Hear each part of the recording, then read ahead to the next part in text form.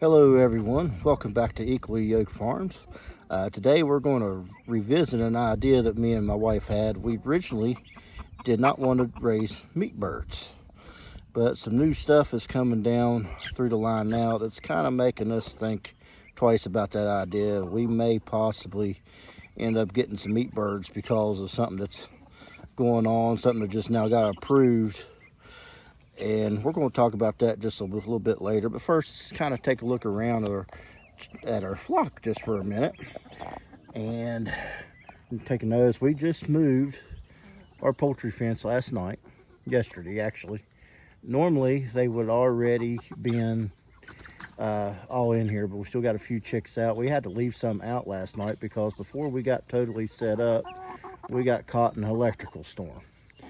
So instead of taking the chances on getting electrocuted, we just kind of left the fence halfway down at that point. And I haven't had a chance to count, see if we lost any chickens yet, but I don't think we have. At least we still got quite a few. I'll get a chance to count them later this evening when they go to roost and we finish putting the chickens back in. So for that, yeah, we did pretty good, I think. So hopefully this will do us for about another week, and we'll move the fence again. So we like to keep them on pasture. Okay guys, hopefully we'll do better on this one. This is actually take 3 on this segment. I keep messing up on my headshot here, but I wanted to take a moment and apologize for something that was in the last video. Our last video, which was actually our first video. I made a mathematical mistake. I actually sat there and gave the correct number of birds we had in our brooder versus the correct number of birds we had in our pen, which should have totaled 76 birds. Unfortunately, me and my brain just kind of said 77. I don't know why it happened. It was a mistake, and I apologize for that. If anybody happens to go back and rechecks that, please don't be too harsh on me. It was an accident. I apologize. But of course, fortunately now we actually have 75 because we did have a chick that got sick and died. Don't know what happened there, but all the rest of them seem to be healthy. It's just something that happens on the farm sometimes. So it's sad, but it happens.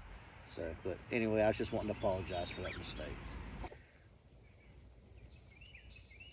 Okay, so a few minutes ago, I'd mentioned that me and my wife are kind of debating on actually the type of chickens we want to raise. Of course, we will continue raising the type of chickens that we're doing now as far as the purposes for laying eggs. But we are considering going to meat birds now, and the reason for that is I don't know how much you guys have been paying attention to the news here lately, but here back on Wednesday, there was a decision handed down where the Food and Drug Administration has approved lab-grown meats, and just the thought of lab-grown meats just kind of sickens my stomach a little bit. Maybe you think it's fine. If you do, that's fine. Comment below, and maybe there will be a discussion started on it. I don't know, but feel free to describe your opinion. But I just wanted to go over some of this because I think it's a little bit ridiculous. For one, I kind of feel like that we got like a bunch of mad scientists trying to play God. And if you ever look in Ephesians 4, 5, and 6, it says, we got one Lord, one faith, one baptism, one God and Father of all, who is above all and through all and you all. And we got people here who are trying to play God and trying to make meat that's not naturally grown. And I kind of wonder about the health aspects of this. Yes, they claim they think it's safe. But then again, they've claimed they thought a lot of stuff was safe. They thought DDT was safe, 50 years ago. And we all seen what happened there. And all this stuff, I'm sure, was scientifically proven. And I just don't trust this lab-grown meat that they're saying. I mean, it's not natural.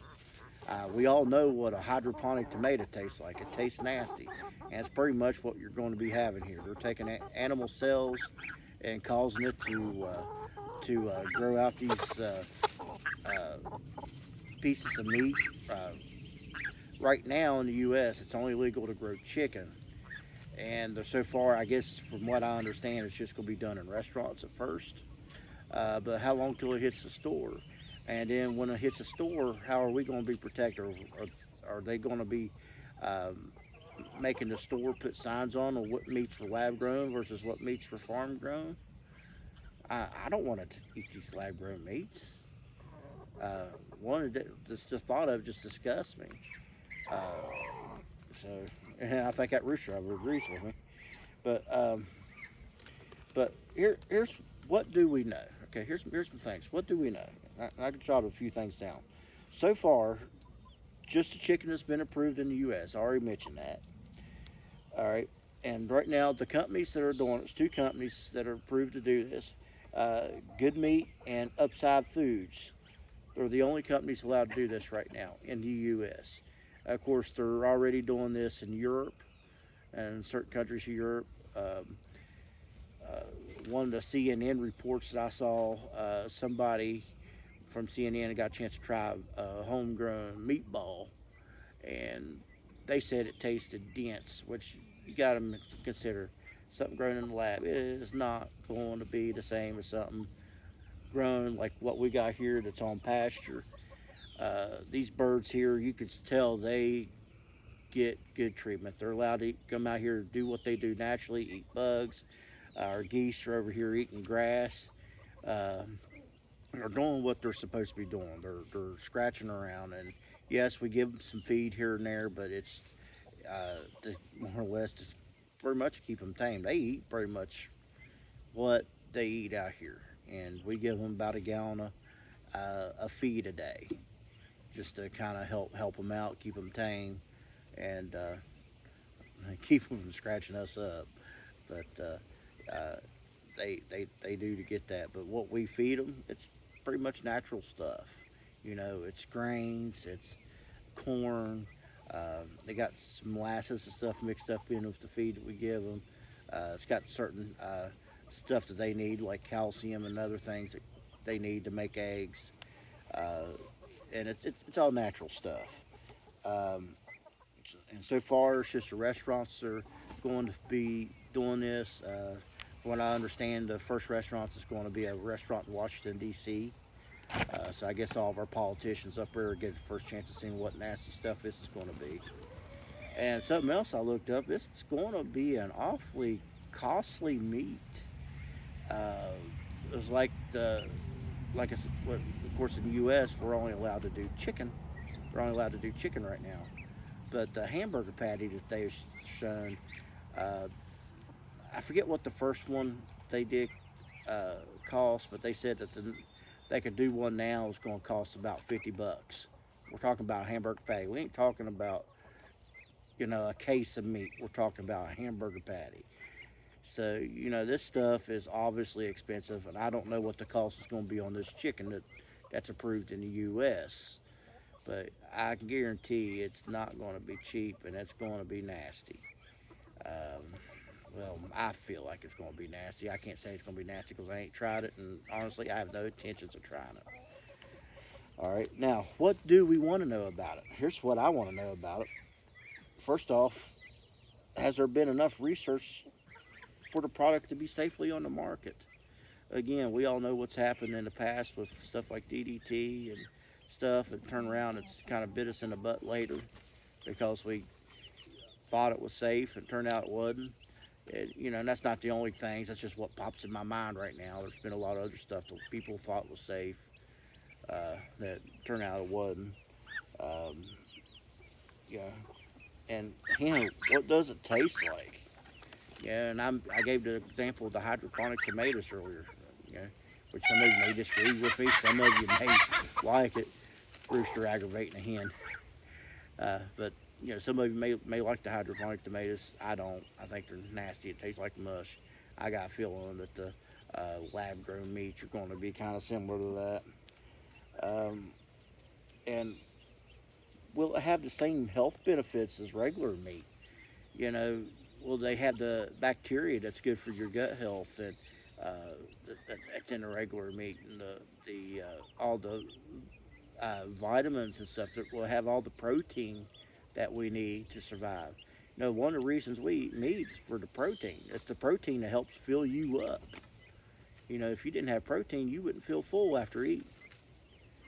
Um, so, and one of the examples they gave for one of the reasons they're doing it was to kind of stop the overcrowding of the cages and stuff. Well, if you don't like the overcrowding of the cages, start buying the free range stuff. You can buy the stuff in the stores and they're marked. Like the chickens we have here, they're not exactly free range, but they're pasture raised. And I've actually seen, I was looking at some pasture raised eggs at Kroger the other day, and they was right at $6 a carton. Yeah, they cost more, but you're going to be getting more nutrients and stuff. And you know, I may at a later time show you the difference between a fresh egg and a store-bought egg. That would actually be for a great video for later for me to do, and I may do that. It ain't gonna be today, but you know, maybe sometime in the future I may do that, because there's a difference in the yolk, and there's a difference in the flavor, there's actually a difference in the texture. And but that's just kind of my thoughts on this homegrown or this lab grown meat. I'm scared of it, to be honest with you. I got no intentions of trying it. It's got me and my wife, we're not going out right now and ordering no 200 meat birds. One, we ain't got the facility to take care of them at the moment. But, and two, they're not forcing us to eat that kind of chicken yet. But, you know, we may reconsider. We got a bunch of roosters that we're going to have to put in the freezer later this fall, depending on how well we take to cleaning them. Who knows, I might call Hoover's and order 200 meat birds to be delivered this spring to raise out. I don't know yet, we'll see. But until then, let's see what happens.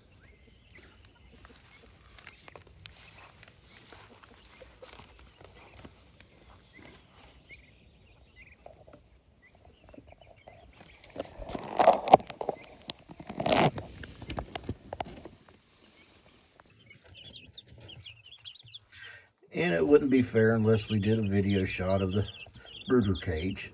That big black one you see there is actually a Jersey Giant. I think he's only about a month old, but man, he is getting huge. He's about as big as our Americanas that we have out there in the outside pen.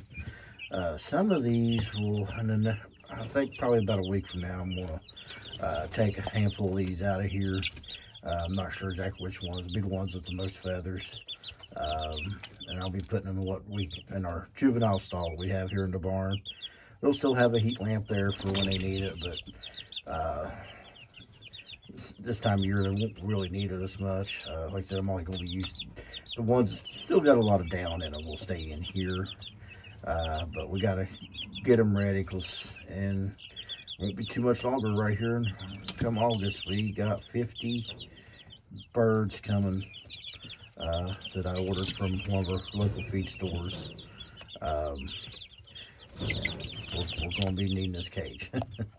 But yeah, some of these will be getting graduated to we actually call it our juvenile detention center, but it's just another stall we have in the barn, just set up just for our juvenile chicks.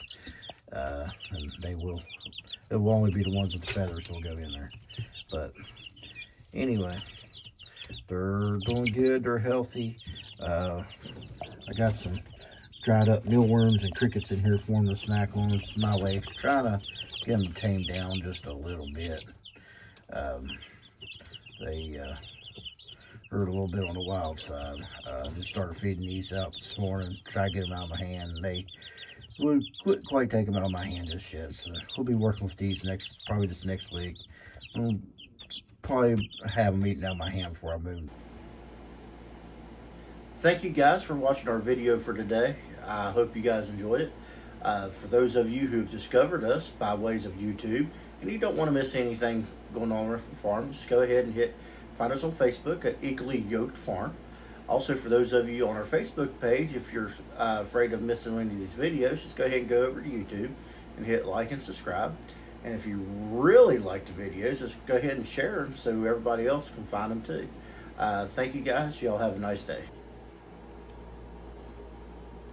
Mr. Bruno, any last words of wisdom? Okay then.